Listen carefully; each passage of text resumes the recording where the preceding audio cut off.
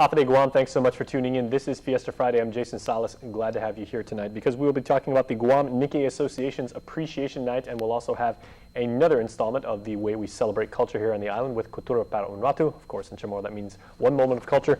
But first, the silent witness ceremony will be held on Friday the 4th, and joining me now with this event is Presiding Judge Alberto Lamorena. Your Honor, always a pleasure. Thank you. Thank you much, Jason. Nice to be here. Okay, so this is one of the most emotional ceremonies we have here on the island. You know, there's so many things like that we use to commemorate, victims and those who have been lost. But what makes this particular event so distinct? What makes it so distinct is that we're here not only to honor those who have fallen from victims of family violence, but we're also here to remind the community that family violence is prevalent here on this island, and that family violence is different from other crimes here in this island because it involves intimate relationships, it involves family members, and crime against each other. And that's why it's a very, very delicate matter, and that's why it's a very, very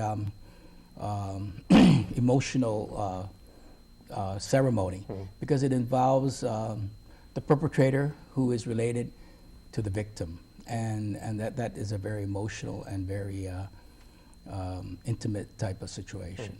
And visually, the way that each of the victims are presented each year, I mean, it's harrowing to see. Then, we in the news, we go down there and, we get still photos and we get video, but I mean, when you actually go down there, and because it is a silent ceremony, and then you see all of the personifications, if you will. I mean, you can explain, exactly how you guys came up with that, but when you actually see each one of those marks that commemorates a victim and everything like that, it's very powerful.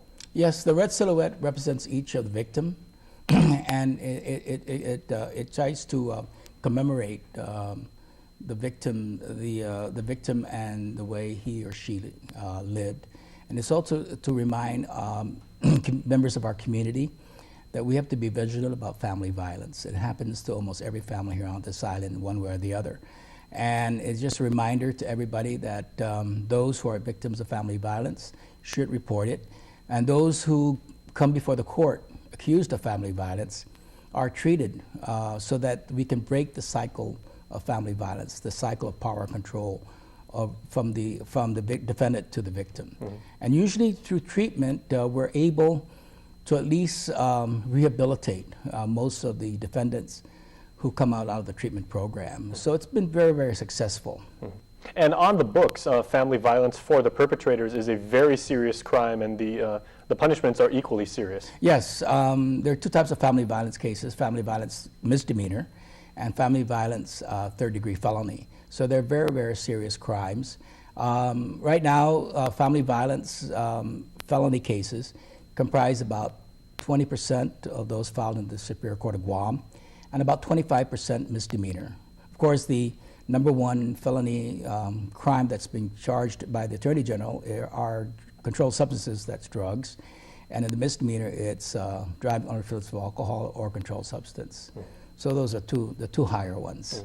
But family violence is consistently very high. Right. Yeah. Well, on that note, as far as the calculus of what the number of cases of family violence from year to year, from your vantage point, are you seeing them increase, decrease, and what's the variance, and then to what would you attribute that change? The last 2 years has been very steady.